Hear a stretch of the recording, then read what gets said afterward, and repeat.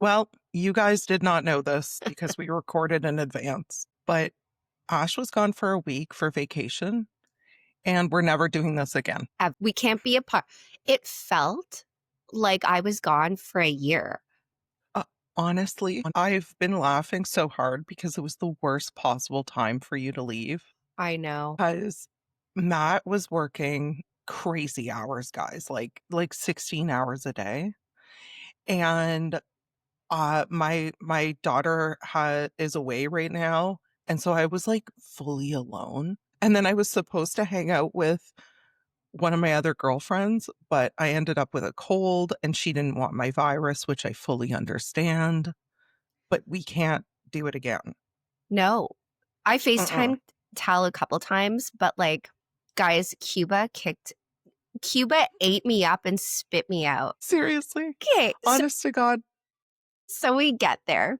I mean, I'm a really like I'll go anywhere. I'm not Hmm. nervous. I love travel. But the place we went and like Cuban, like I love the Cuban people. They're Hmm. my Yeah. favorite people. I love traveling. You make the best friends. It's none of that's like it has the resort we went to maybe 40 years ago was amazing, but she getting old and like the disrepair of our room. We had to change rooms, not because of it falling apart. I don't give a shit if it's old because I'm old. Like, imagine someone threw me away.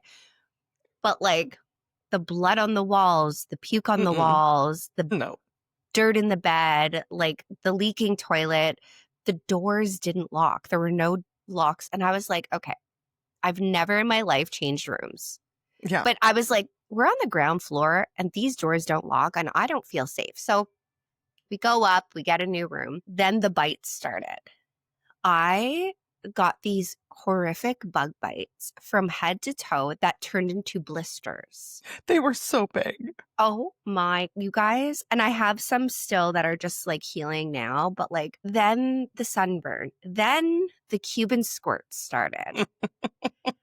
And And they I, did not stop. they did not stop. I and if anyone's been to Cuba, you know, like you have to bring your own toilet paper, especially for public washrooms. So the first day we're on the beach and I'm laying there and I'm like, oh. So I get up, I'm like, oh my God. So I tell my husband, I'm like, you have to come with me. So we're running. I go in the bathroom. There are no toilet seats. Like there's no way I'm even walking in there. Like it was This is horrific. not for me. This is not for me. So I'm like, what do I do? I can't find my fucking room. I can't find my building. The panic. Because I was just mid shit panic sweating. So I'm running like I'm in a marathon. I find Yeah. this like pool bathroom. I run in because there's at this point, it was either you're going to just go or you're just going to deal with whatever you walk into. So I get in there and my husband had the bag. I'm in there for 20 minutes.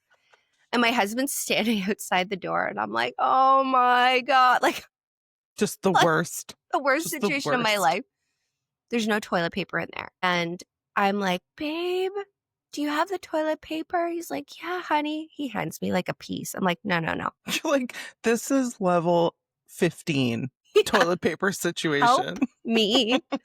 Anyways, so I'm dead. all that to say, I'm very happy to be home. The Yes. weather was beautiful. The beaches are unbeatable. The people are incredible. The food, not so great. And no, thank you, sir. Everything else is a no.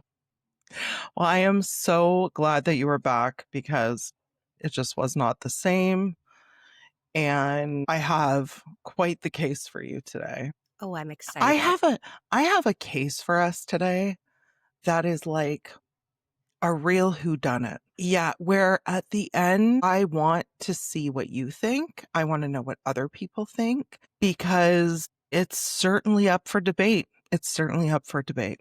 So I think we've been apart for too long and we should just get right into it. Yes, I need one. Get going. Let's go. It's April 27th, 2013, in Valley Springs, California. This story starts with a 911 call, but not a crazy 911 call like we usually hear. You can tell the woman on the line is worried with a slight bit of panic, but of course, anyone would be in the situation she's in. Their 12-year-old son, Isaiah, had called them at the baseball game they were at and said someone had broken into the house and they were scared. He had been babysitting his 8-year-old sister, Leila, that day. But here's the thing about emergency situations. Sometimes the story gets lost in a sea of panic, confusion, and shock. Because what was waiting for parents Barney and Crystal Fowler was a million times worse than they could have ever imagined. When the parents pulled up just before the police, Barney Fowler ran into the house and found his baby girl with 20 stab wounds to her body, lying in a pool of her own blood on her bedroom floor. What? I know. So, like, and I know you listen to the 911 call and you think, like, that is not what was conveyed. So I think when Isaiah called his parents and said, someone broke into the house, and they were like, what do you mean? And he was like, they ran away, but you have to come home. We're scared. And that was it before he called 911. So when they show up and Leila is fighting for her life, they're like, what the hell happened here? So Layla's still alive? No, but they don't know that, right? Like they've just Oh, shown okay. up. The father said that he lifted her shirt up and there was just blood pouring out of her This body. poor baby. I know. He carried her out the front door and met paramedics who began life-saving measures. And this is the first thing that is kind of an oopsie. But I am not blaming Barney for anything whatsoever because anyone would pick up their child in that situation and carry them out to the paramedics. Of course. However, major crime scene contamination, like not good because we now have blood droplets all over the house leading outside to where he met paramedics. And where's the son right now? He's in the living room. Okay. So when they came into the living room, Isaiah was standing in the living room holding a phone and a baseball bat. Okay. And No he was blood like, on him? no. So as I said, big problem that caused major issues later because they didn't know if the droplets that they were finding throughout the house were from Barney carrying Leila outside or if it was from the assailant who had run away. The first officer on the scene says he places his hand on Leila and she's cold. But contrary to that, when paramedics did the pinch test, which is something that they do, and I wasn't fully aware of this, so they pinch the end of your finger and they see how long it takes for the color to come back. And when they did that, there was good blood flow. So there's a contradiction there because she was cold to the touch, but she had good blood flow still. So they whisked her off because they were like, there's still Maybe. hope. Yeah, There's still absolutely. hope. They had said that maybe she was cold to the touch because she had been laying next to where the air conditioner was coming out. So anyway, could go a few different ways. Now, we need to talk about Leila's stab wounds. There were 20 to 22, but only 3 of them were deep. One of those 3 went right through her heart, which is why we don't have Leila with us today. The others... Before we continue, may I ask? Uh-huh. Okay, so right away, this person knew her because you don't stab someone 27 times. That's a passionate way of doing that, but that doesn't sound like someone who's very strong. These are good points. And to further your question on this, only 3 of them were deep. The rest of them, they said they were like pokes. So like not deep at all. Some of them didn't even fully penetrate through the skin. I would be curious if the pokes were after or before the deep stabs, you know? Right? And there's no way for us to know that. That would make a difference. Yeah, exactly. I also want to go through what her room looked like. So Leila had a bunk bed and she had been on the top bunk when the attack began. She either jumped off the bunk mid-attack or she was yanked off the top bunk to the spot in front of the closet where her dad found her. So there was indication that it had begun on the bunk bed, but it ended on the floor. All eyes, obviously, turned to Isaiah with a question that would haunt him for the rest of his life. What the hell happened here? Isaiah said he was in the bathroom when he heard a man's voice say, "Hey, I know you're in there." And before he could get to the bathroom doorknob, Leila started screaming. He says he was scared, so he just stayed in the bathroom. As he was coming out of the bathroom, a man with long hair, wearing dark clothing, fled down the stairs and out of the house. Isaiah says he ran into her bedroom, found her bleeding out on the bathroom floor. Now, we have to remember this is a 12-year-old child. So he's Yes. not doing what you or I would do Oh, no. because he's Pardon me. 12. On the bathroom floor? No, so sorry, did I say bathroom floor? Yes. Bedroom, on her bedroom floor. So she's bleeding out on her bedroom floor after Isaiah comes out of the bathroom. Well, and most kids, like in a situation like this, Mhm. would run for help or hide Yeah, because you're a exactly. baby. Exactly. He's 12 years old. So, as I said, when they first got there, Isaiah was in the living room with a phone in one hand and a baseball bat in the other. And the officers are asking him, like, what happened? Where were you after the bathroom? What did you do? So he saw Leila, panicked, went downstairs. Initially, he grabbed there were two knives laying on the counter. He grabbed one knife and then he was like, no, put the knife down and grabbed the baseball bat. And that's how they found him. Smart move, little man. Yeah. Smart move. Yeah. But here's where things start to get weird. When investigators took apart these knives in the lab, one knife had traces of Layla's blood inside the sheath, not on the blade. The lab explained that in order for blood to have seeped into the sheath, the knife would have had to have been soaked in blood at some point. This indicates that the blade would have been cleaned up, and they are almost certain this was the murder weapon. That's There were interesting. There was also signs that there had been a really half-assed cleanup upstairs. Not significantly, but a little bit. Now, so we have to remember this point because this is really important. This is basically the main point for me of who I think committed this crime. They also found two spots of reddish brown on a Ghostbusters t-shirt in Isaiah's room. Mm-hmm. When they tested it, it was found to have Layla's DNA. And this raises the question, why was Layla's blood found on a t-shirt in Isaiah's room that he currently isn't wearing? Now, reddish brown, like it wasn't Mhm. bright red blood.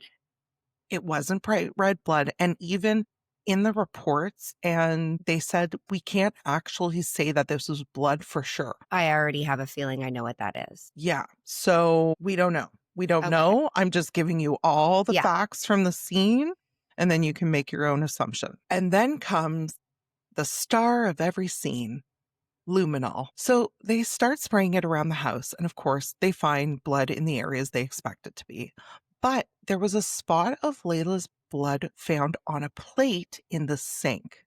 This is another indication that the knife was rinsed off in the sink. Mm-hmm. The luminol also showed that there had been blood in the hallway closet and on the switch that had been cleaned up. So this is where the cleanup thing comes into play. Mm-hmm. So they're like, you come out of the bathroom, you see the man running away, you look at Layla, you go right downstairs. When did you clean up the light switch and the doorknobs? And he's like, I didn't. And they're like, but you did, because we found blood that had been cleaned up with the luminol. And he was just like, I don't know what you're talking about. So that's weird too. That's super weird. Yeah. Yeah. Because who cleaned, like, and police officers are telling Isaiah, no, sweetheart, listen, somebody cleaned up a doorknob and a light switch because we found cleaned up blood. And he's like, no, I didn't. Okay. And this part like shook me and I was pretty upset about it. They're running low on luminol. They're Like running there's out a of it. luminol shortage. Well, with this department, there was. And eventually they run out completely. So they don't end up spraying the back deck, which sucks because that would have probably shown the exact path that the attacker would have taken when he ran away. But we don't have that. What do you mean? They I'm ran out of, shook. yeah, they ran out of luminol. And this is in California? Yeah, but it is very rural Oh, yeah. California. This isn't like LA. You can't call another place and be like, can you FedEx some fucking Lumi for me, bro?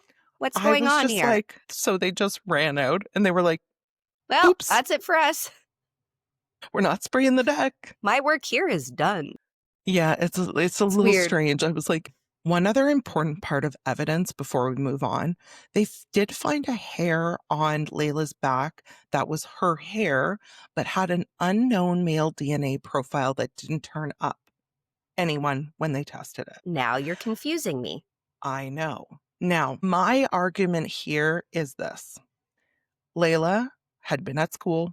She had Yeah, gone to a friend's house. She had been out in the community. In my opinion, that could have come from anywhere. 100%. Yes. Like, you sit down on my couch and you're going to have 15 different DNA profiles show up on you somewhere, 95 of them being animal related. right? Like, that's just so Yeah. I understand that this was initially like, oh, that's proof of what happened here. But to me, one No. hair, no. Now, Valley Springs was not the kind of place where break ins and child murders happened. This was a sleepy town and rural. You had neighbors, but you were all kind of in one area, and then it was Yeah. just fields and forests and whatever. And police didn't hesitate. Like a child killer loose in town, they went hard. They patrol cars screamed down rural roads. Officers went door to door. Helicopters combed the skies. Canine units everywhere. Fields, bushes. Neighbors were ordered, go inside, lock your doors. Do not come out until we tell you. And the description of the killer, the one that Isaiah gave, spread across police radios, social media, local news, and neighborhood text threads. A tall man, long hair, dark clothing, muscular build, running east from the Fowler property, probably armed and dangerous. So, like, if you live in suburbia, Mhm. you're gonna see that's gonna stick out to you. Right? Some I fucking know. greasy, long haired dude running around with a weapon. Like, how? Yeah, I know. It's crazy. According to one neighbor, she had spotted a man fleeing from the Fowler residence, but shortly thereafter, she recanted her statement. Why? And okay, just a side note here. I will never understand the recanting. Like, what? So you're just So, saying, like, psych, I just lied? and I understand sometimes in moments of high stress, we think we see something that I understand when someone recants something about their story where they're like, Mm-hmm. initially I thought he was wearing this, but when I think about it more, he was wearing this. That I understand. Not the This whole ass woman, man. this woman's like, oh my God, guys, I saw a guy.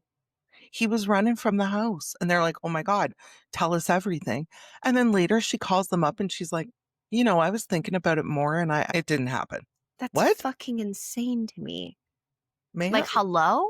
Did you But eat there the shroomy is, shrooms? Like, what's going on over here? but we do know from a psychological standpoint, there Mm-hmm. are people who want to be involved in Oh, police yeah. activity. And so they'll say shit Fucking because they busy want to be Betty part across. of it. She's I like, know. I saw it. I saw it. Y'all come over here. We're gonna have some tea. I'm gonna tell y'all about it. Yeah, yeah. So there was that. Now, other neighbors did report hearing a woman scream, which is accurate because Isaiah said Layla was screaming, which is awful. There was one promising witness who stated that she saw a man fleeing, but was quickly discredited because she claimed he was running in the opposite direction of what Isaiah said. Nothing at this point can be discredited. No, I know. And I was like, he's 12. Yeah. And he just like experienced trauma. So like, Trauma. So Isaiah is interviewed by Detective Wade Whitney at the hospital, waiting. Like, guys, Layla was dead. Like, she was not coming back, but obviously she had to be taken to the hospital. They had to see what they could do. So the whole family is waiting at the hospital to hear about Layla. And Detective Wade Whitney interviews him. He had asked Barney, can I speak to your son? Because remember, Isaiah is 12. He's mhm. very much a minor. Barney says, sure, go ahead. Isaiah repeats what he had initially stated at the scene. Here's a man yelling. Here's Layla scream, peeks out the bathroom door, sees the man fleeing. And right away, and I am not coming for any of the people in this story in any way, shape, or form. This is weird to me. Barney, the dad, is on law enforcement's side. He thinks that maybe Isaiah had something to do with this. And Fuck the fuck off.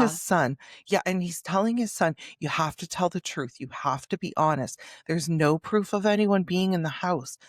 And really, there wasn't, but that was weird to me. Like, I was like, what? I feel like as a parent, I look at my children and I would honestly be like, there's absolutely no way my kids could do that because But no, but here's the thing. unless there's something like dark. But here's the thing. Even if you did think, oh my God, he could have done this. Don't say that, especially Odd. not with a lawyer. Like, what are you doing? Yeah. So that is weird to me. Hmm. Very weird. Now, is it possible that a man can come into a house, stab a little girl, and leaves without any trace of him being there? I don't want to say 100%, but I feel like it's slim. There would be, although, I mean, considering the police just gave up with the luminol situation, I mean, Well, this is the thing. how thorough was that investigation is my question. This is the You thing. don't just This is stop the doing thing. your job because, like, you figure it out, bro. You find some luminol. Yeah, man. You're in California. You're not in the middle Cuba. of poor Cuba. So questions started circling right away as police are still at the house doing this investigation. Why didn't the intruder leave any footprints? We're assuming this man did not take his boots off, Right. You're not like, don't want to mess up the floors, Mr. Polite. No. right? Why were there no signs of forced entry?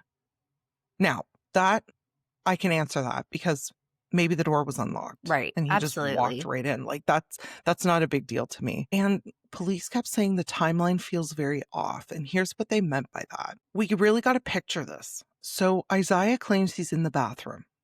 All of a sudden he hears a man's voice. He hears Layla screaming. Now, he's staying in the bathroom because he's scared because he's a kid.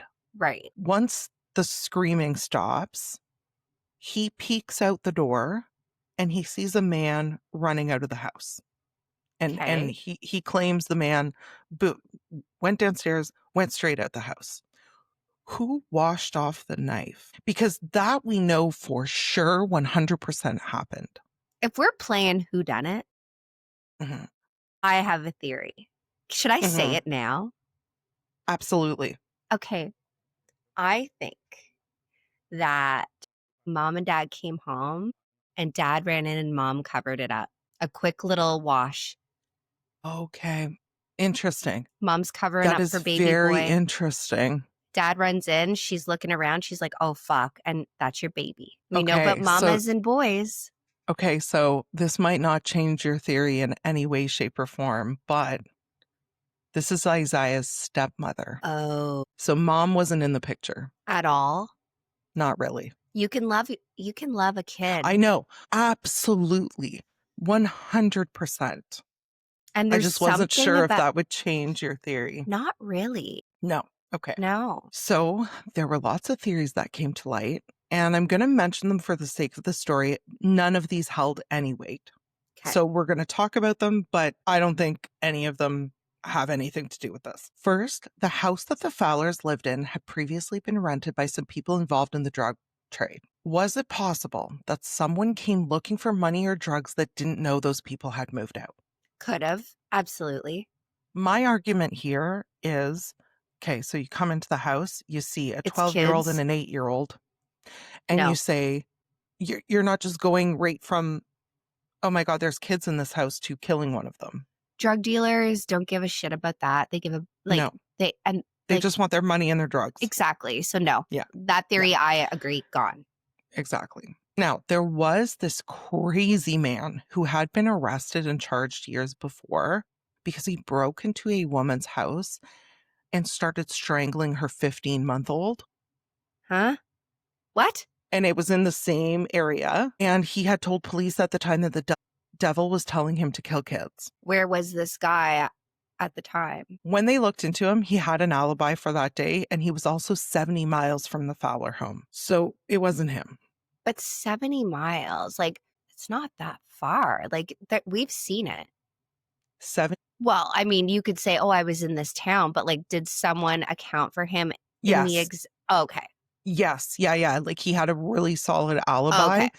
70 miles away from the Fowler home. As they interviewed Isaiah again and again and again, pieces of his story started shifting. Not big things. They weren't glaring contradictions, just quiet little edits. He said, well, he stepped out of the house for a minute to check on the neighbor's dog that was barking. And that's when the man went in the house. Okay. He heard a noise, or maybe he didn't. He saw the intruder inside the house, or maybe when he was checking on the dog, he saw the man outside the house. One of his stories said he ran toward the bedroom as soon as he opened the bathroom door. The other one was the initial one where he says he froze. What? Yeah. So each version was close to the last version, but But not identical. slightly. Yeah. Yeah. Okay. And detectives know something about stories that change by inches. They either drift because someone is traumatized, which Mm-hmm. this child would be, or because someone's not telling you everything. Now, of course, no one wanted to think this because, and I state again, he's 12 years old. Mm-hmm. He is a baby. This is giving me JonBenet Ramsey vibes all over the I place. know, I Uh-huh. know. The next morning, the atmosphere in Valley Springs felt different because, of course, an 8-year-old had just been stabbed to death in It's her crazy. home. But rumors were everywhere. Some people still believed the killer was out there. Some believed he'd already left town.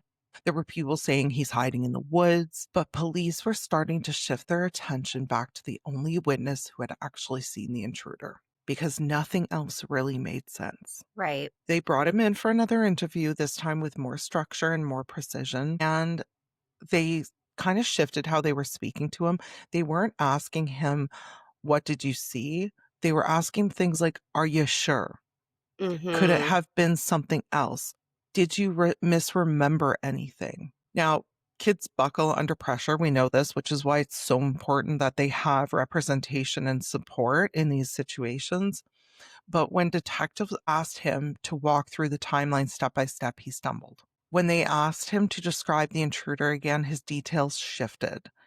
The hair length was different, the build was different, even down to the direction he ran when he left the house. I mean, we have to remember though, when anything like, and I do have my theory on this case, but kids have imaginations. And in a way for them to cope with trauma, as we know, as Mhm, I mhm, know, you'll be thinking about something and your brain tries to protect itself.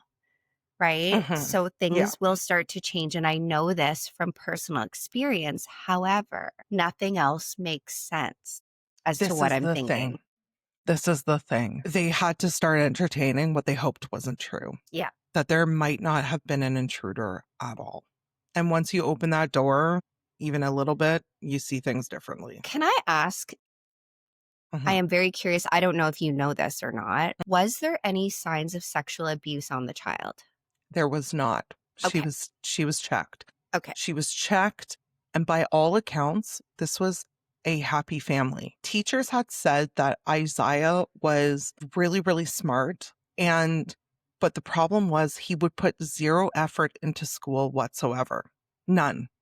So he wasn't doing the his schoolwork, he wasn't doing his homework, but he'd come in the day of the test and pass. He's like aced it.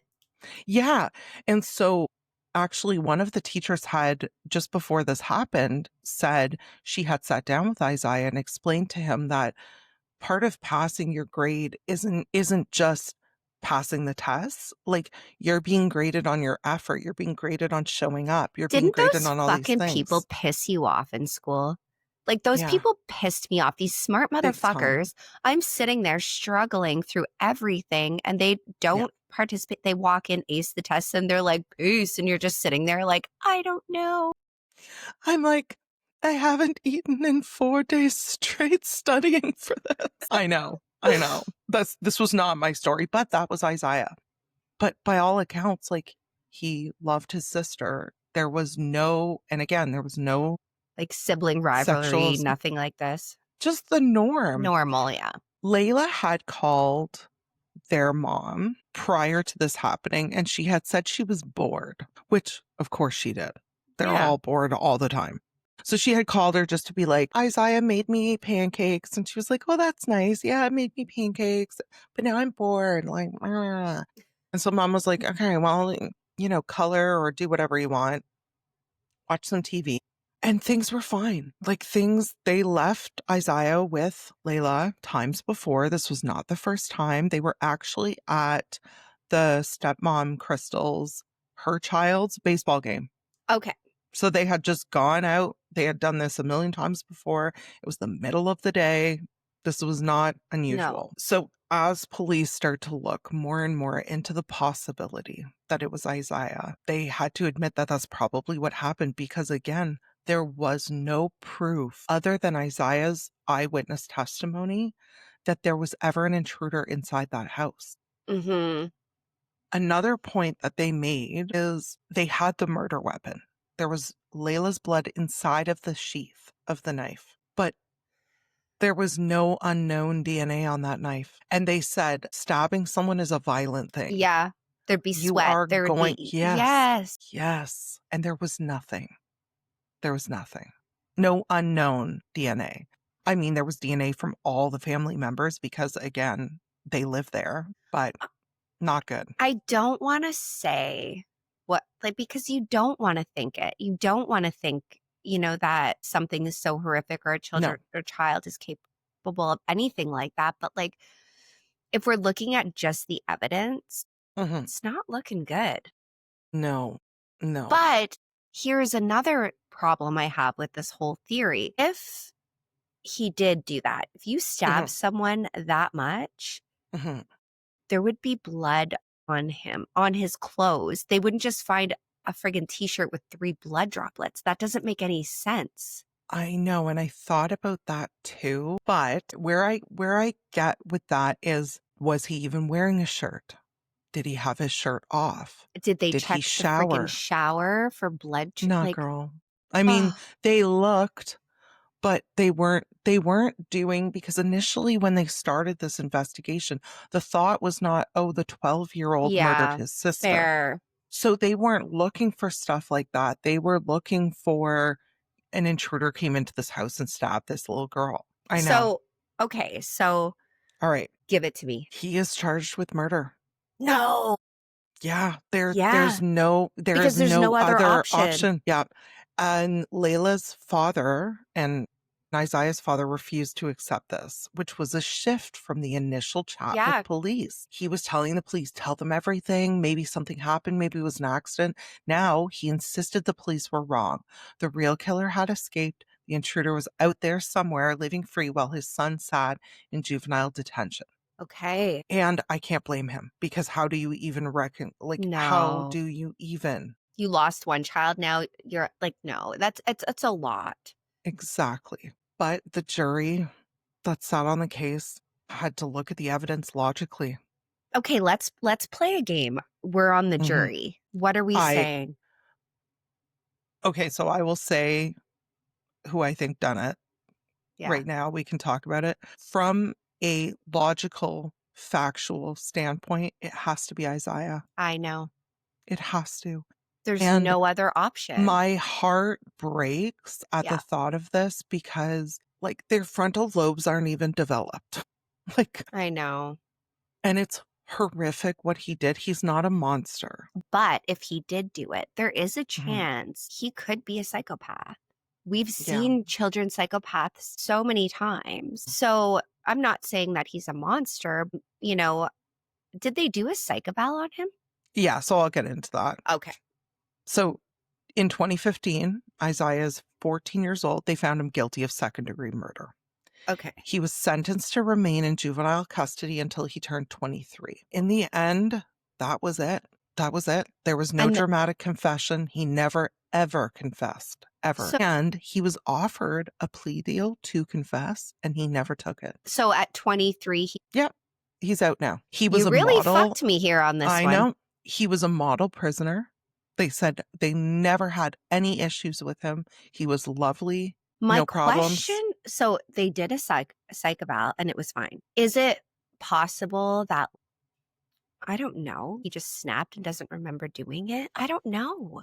Here's the thing, when it comes to children, Mhm. Who knows? Who knows what happened that day? Who knows? Like, listen, there have been moments, and I don't want to minimize what's happened here because a No. sweet little girl lost her life. There were moments I fully remember growing up where I could have killed my brother. And I say that in all seriousness, where it's just like a rage. Yeah, it's And the who knows? hormones. We don't know the whole story. Was she up his ass? Was she like, I'm bored, I'm bored, I'm bored, I'm bored? And he just snapped? Like, Yeah. what happened?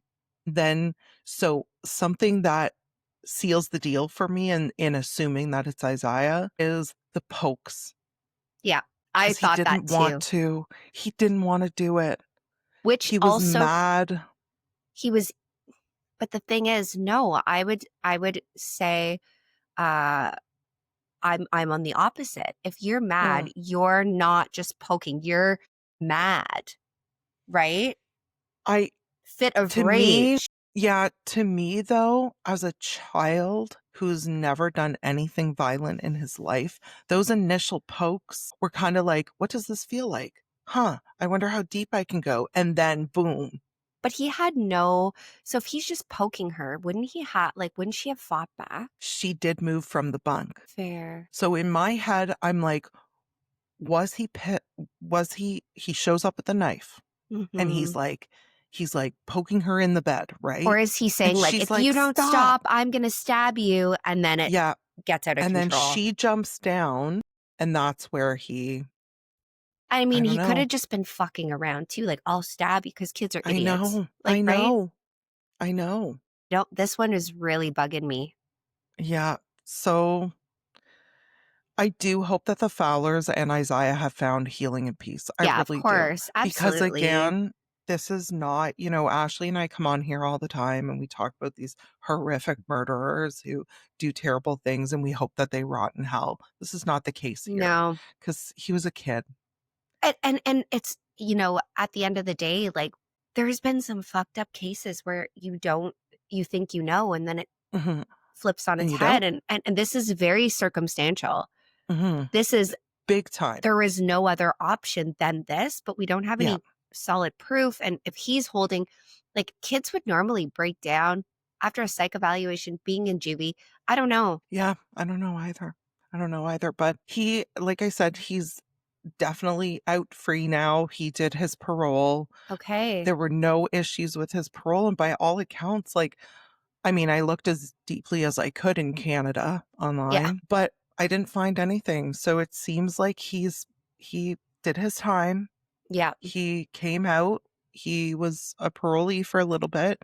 Never never broke any rules It's and weird just lived because went on with grown his ass life. men break down under the pressure, you know? And 12-year-old, I don't know, to have the mental capacity to hold a lie for that long is So I kind of wonder if, and you had mentioned it earlier in the episode, I kind of wonder if it was a matter of he blacked out. mhm, Once he realized what he had done, his mind he just was couldn't. like, nope, Nope. Yep. Our minds do that. especially children. Yeah. Yep. Especially, there are people who I've done it myself. I know you've done it. There are people who go to therapy to do regression Yep. and you remember things that you did not know you had gone through A prior hun to that regression. So part of me is like, did he really believe that he didn't do it? this is tough. I know. So that is This the is case of Isaiah and Leila Fowler. I will say Isaiah's family, there's some strong people. Barney and Crystal, yeah. they've stood beside him through it all, through all the accusations, through all the rumors, through all the doubt, while mourning their Yes. daughter. I can't even imagine. No, I My can't heart goes either. out to them. Yeah, me too. So that was today's Thank you episode. for sharing that. Very Thank you for interesting. listening. I just want to say one more thing before we leave our Mhm. episode on Dakota Biddle. Thank you guys so much for listening. Thank you so much for your outpouring of support for Samantha and her It's family. incredible. Guys, if you haven't signed the petition, we're at thousands of Yep. signatures, which is incredible. Thank you so much. Pop over. It's Yep. pinned at the top of our Facebook page. Mhm. Give it a sign. The thing is, Show like, Samantha and her family we support her. we have to remember, like, sometimes when the system fails or whatever, sometimes we have to be the voice. We have to Mhm, stand up for these things because it could have been, someone we loved. So it's mhm. very important that, these things don't happen again and justice is served. And at the very least, just remembering somebody who lost their life and their family Yeah, misses and loves them. yeah, exactly. So thank you so much for your support and thank you for listening. And Thank we'll you. see you all on Friday. Friday. Bye. Bye.